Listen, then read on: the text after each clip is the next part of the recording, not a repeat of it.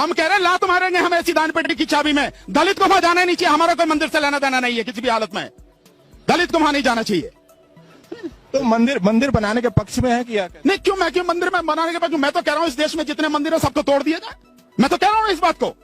क्या मिलता है मंदिरों से? मंदिरों की बजाय इस देश में स्कूल बनाइए, कॉलेज बनाइए, लाइब्रेरी बनाइए, लोगों की शिक्षा मिलेगी, ये देश दुनिया में आगे पहुंच जाएगा। मंदिर बनाने से अंधविश्वास फैलता है, गंदगी फैलती है, लोगों के बीच घृणा फैलती है, और कुछ नहीं फैलता। आप बताइए एक मंदिर ने किसी ने धर्म का काम किया हो, किसी ने लोगों में शिक्षा का इस तरह से कोई काम किया हो? आप बताइए ना। मस्जिद के लिए भी ऐसा नहीं, मस्जिद वाले मस्जिद का जवाब दे। नहीं, मस्जिद के लिए भी ऐसा ही कहेंगे कि कौन? वो भी नहीं रहना चाहिए। मस्जिद में क्या होता है? मस्जिद में केवल वो जाके अल्लाह की इबादत करते, नमाज पढ़ते हैं, वो और कुछ नहीं करते। मंदिर में, मस्जिद में जाके और कुछ नहीं करते। वो भी नहीं रहना चाहिए। कहाँ नहीं है? उनकी इबादत की जगह है, संविधान ने उनको अधिकार दिया है, वो रहना चाहिए। क्यों, कौन मना कर रहा? मंदिर भी तो और रखो। तो आप मेरे से क्यों कह सकते हैं कि आप दलित को मंदिर में जाना चाहिए? मैं तो कह रहा हूं दलित को मंदिर में जाने की जरूरत नहीं है। इस देश के किसी भी गरीब समझदार व्यक्ति को मंदिर में जाने की जरूरत नहीं है। उसको जाना चाहिए, स्कूलों में जाना चाहिए, कॉलेजों में जाना चाहिए, लाइब्रेरी में जाना चाहिए, पढ़ना चाहिए। ज्ञान मिलेगा तो उजाला फैलेगा, अगर ज्ञान नहीं मिलेगा इस देश में कुछ नहीं होगा। जिस तरह से शिक्षा की हालत बना दी है इन्होंने, इस सरकार ने, आरएसएस ने, इस देश का बेड़ा गर्क होने वाला। नहीं, शिक्षा नहीं। डर है। किस बात का डर है? गिरफ्तारी हो रही है, 200 लोगों की गिरफ्तारी हुई। मैं कह रहा हूं 2000 लोगों की भी गिरफ्तारी हो, 2 लाख लोगों की भी गिरफ्तारी हो तो क्या फर्क पड़ता है? इंसाफ के लिए क्या कुर्बानियां दी नहीं है? ये दी नहीं जानी चाहिए। डरना किस बात? 25 साल से पूरे देश के लोगों को चैलेंज दे रहा हूं। चैलेंज मेरा कहना यह है, राम इस देश में कभी पैदा हुआ ही नहीं। कोई भी देश का इतिहासकार, विश्व हिंदू परिषद हो, आरएसएस के भागवत हो, भागवत के और पिताजी हो, या कोई मनीषी हो, दार्शनिक हो, इतिहासकार हो, संत हो, साधु हो, शंकराचार्य हो, कोई भी ये सिद्ध करे कि राम यहां पैदा हुआ, मैं कहता हूं राम कभी यहां पैदा हुआ ही नहीं।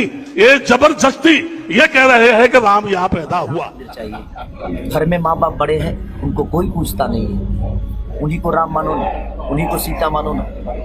किसको सब फुर्सत है बताइए? राम में एक हवा बह रही है कि आप संभवतः विधानसभा का चुनाव लड़ सकते हैं। अरे नहीं, विधानसभा लोग दुनिया बोलने दीजिए, मुझे चुनाव से मतलब नहीं। मैं चाहता हूँ कि पब्लिक जागरूक हो जाए, पब्लिक जाग जाए। खेसारी को चुनाव लड़ने और नहीं लड़ने से मेरा रोजी रोटी ऐसा नहीं कि बंद हो जाने वाला। राम मंदिर से क्या होगा साहब? तो हमारे जब धंधे खत्म हो गए हैं, जब हमारे खेत खाली हो, हम खेती हमारी खत्म हो गई है, जब हमारे गांव खाली हो रहे हैं, तो ये मुद्दे है ना। धर्म के लिए थोड़ी बैठी है सरकार। जगह जगह लिंचिंग हो रहा है। सुएज में कितने मौतें हो रही हैं? सुएज में इस देश का नागरिक गटर में दूसरे के 5 एकड़ बोल रही है, किस आधार पर बोल रही है? तो ये कहाँ न्याय है? तो हमको तो लगता है कि सरकारी दबाव में आकर ये फैसला हुआ है। सपोर्ट नहीं देंगे। फैसले से खुश है या नहीं है? हाँ? फैसले से खुश है या नहीं है? खुश भी हैं और नहीं भी हैं। राम मंदिर बनने से क्या अनएम्प्लॉयमेंट खत्म हो जाएगा, चाइल्ड मेल न्यूट्रिशन खत्म हो जाएगा, फार्मर्स डिस्ट्रेस खत्म हो जाएगा। राम ये सब इलेक्शन के लिए, क्योंकि चुनाव आ रहा है इसीलिए चिल्ला रहे हैं। देखा था वहाँ पर मंदिर, और अगर मंदिर था भी वहाँ पर, और अगर उस वक्त आज इतने सालों पहले वहाँ मस्जिद बन गई थी, तो फिर से उसे तोड़ के आप क्यों बनाएंगे मंदिर?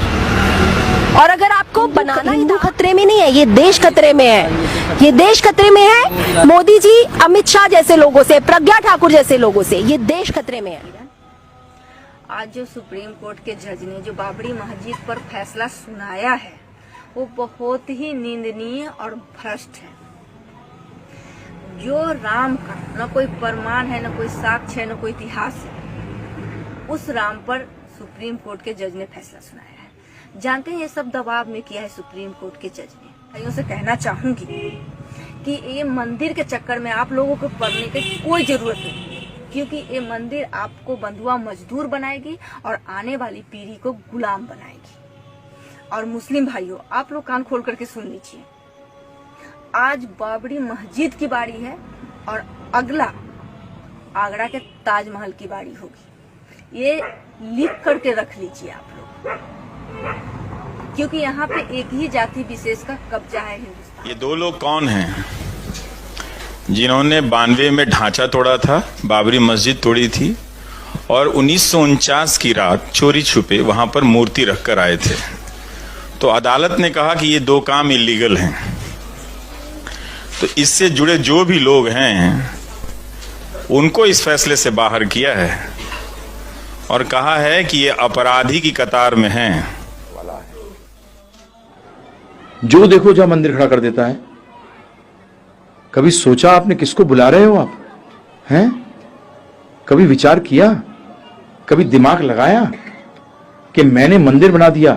ध्यान रखना कि जोश तो आ गया। भगवान है ही नहीं। चैलेंज देता हूं, मेरा चैलेंज है भारत के सभी साधु सन्यासियों को, कोई ऐसा है जो ईश्वर का साक्षात दर्शन कराए?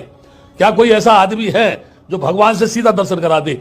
आप ये कहें कि इस देश के अंदर भव्य राम मंदिर बनना चाहिए, अरे बनाओ, कौन मना कर रहा है तुमसे जो है। लेकिन याद रखो, कल्पना की धरा के ऊपर महल खड़े नहीं होते हैं, बालू के ढेर पर बिल्डिंग खड़ी नहीं होती है, शीशे के मकान में रहने वाले दूसरों पर पत्थर नहीं फेंकते हैं। अगर जितने भी मान लीजिए ईश्वर के मानने वाले लोग हैं, आस्थावान लोग हैं, तो मंदिरों में से मुकुट चोरी क्यों हो जाते हैं, जेवर चोरी क्यों हो जाते हैं, खजाने क्यों चोरी हो जाते हैं?